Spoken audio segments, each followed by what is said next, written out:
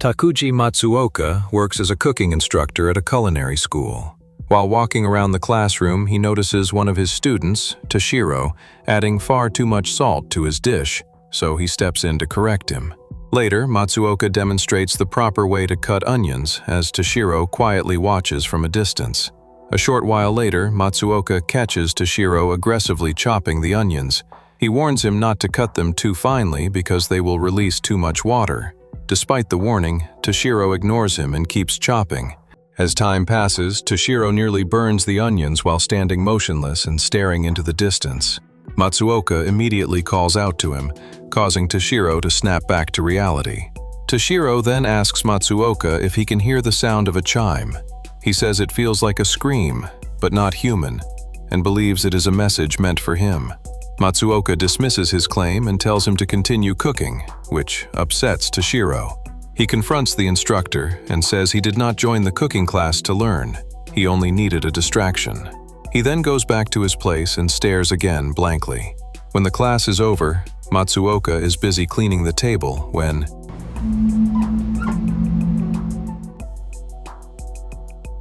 outside the classroom, Matsuoka's students hesitantly inform him that Toshiro has been asking for his home address and behaving strangely. However, Matsuoka brushes it off, saying that Toshiro seems fine.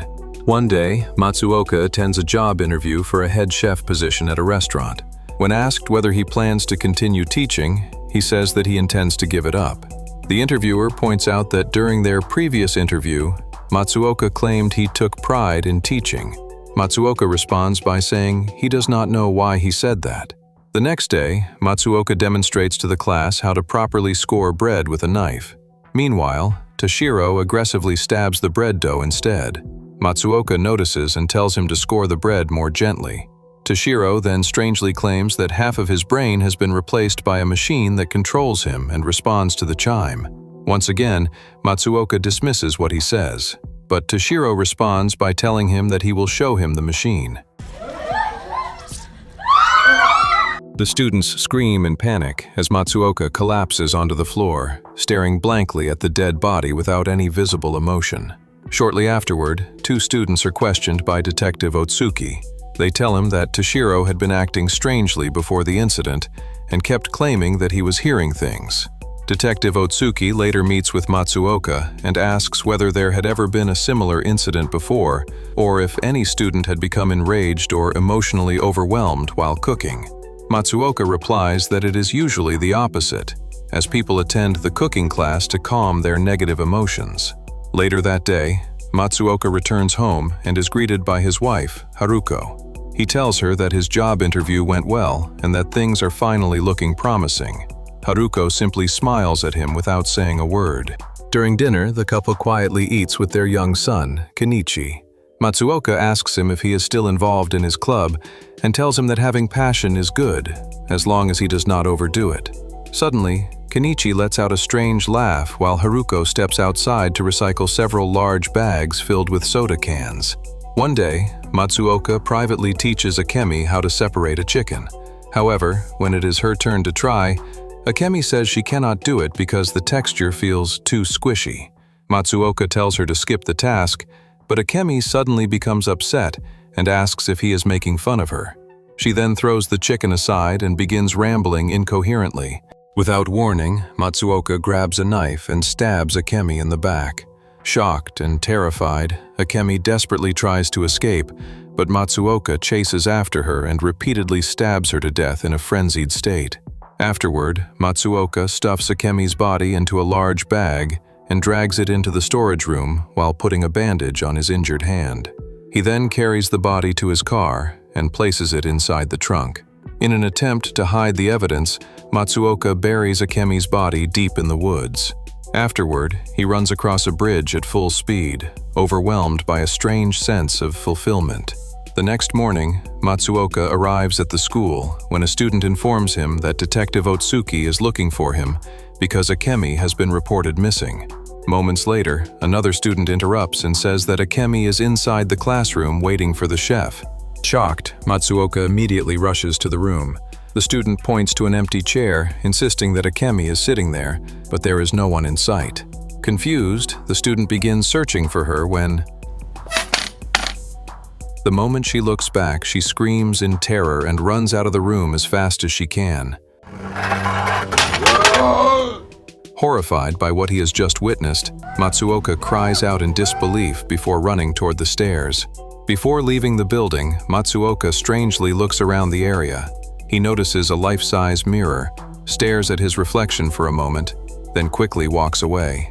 Outside, Matsuoka suddenly breaks into a frantic run toward the back of the building, but stops abruptly when he sees Detective Otsuki standing there. He picks up an empty bottle from the ground and asks the detective if he is there because of Akemi. Otsuki replies that Akemi's parents are worried about her and that he is checking the places she was last seen. Before leaving, Otsuki notices Matsuoka's hand and asks how he got injured. Matsuoka answers that he cut himself with a knife. Matsuoka attends his final interview with the restaurant owner. Throughout the interview, he talks mostly about himself, leaving the owner visibly uninterested. The owner asks what he would bring to the company as head chef, but Matsuoka does not give a satisfying answer. Disappointed, the owner advises him to stick to teaching and ends the interview. Suddenly, a customer in the cafe stands up and attempts to stab a woman with a knife, appearing completely deranged. The staff and other customers quickly intervene and stop him. Matsuoka watches the entire commotion with an emotionless expression. Back at home, Kenichi asks his father for 200,000 yen, explaining that his friend has started a small construction business and is encouraging him to invest. Matsuoka ignores the request. Kenichi tells him that his friend is a good person, but Matsuoka argues that a good friend would not pressure him like that. Upset by his father's response, Kenichi walks out. As Matsuoka watches his son go upstairs, his attention shifts to a knife on the counter. Outside, Haruko is frantically recycling the soda cans.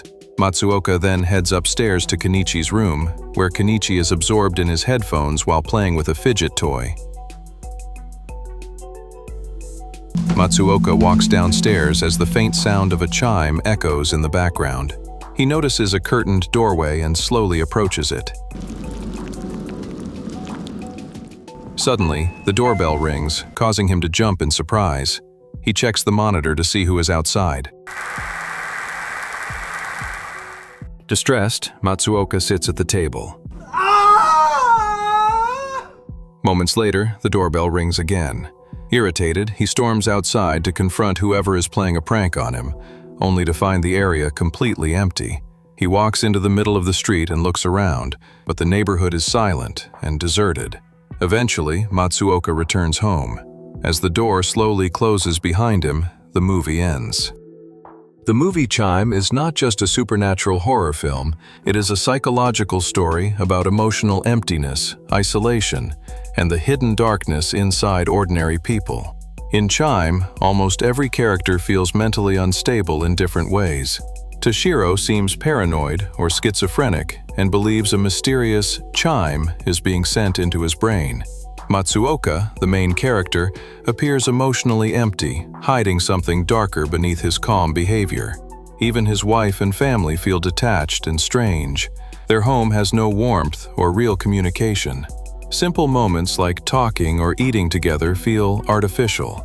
Matsuoka stands out because he almost never shows strong emotion. Whether he is teaching, speaking with students, or at home, his reactions are always controlled and mechanical. This emotional numbness defines his character. He is not chaotic or expressive. He is quiet emptiness in human form. Because of this, Toshiro's suicide does not immediately change him. Instead, it reveals something that was already inside him. What is most disturbing is how little Matsuoka reacts to the suicide.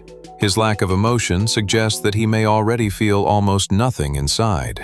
After this, the violence he commits feels less like anger and more like something that naturally appears when empathy disappears.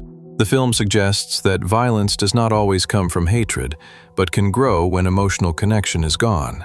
The chime can be seen as a metaphor rather than a real force. It may represent depression, intrusive thoughts, mental illness, or existential emptiness.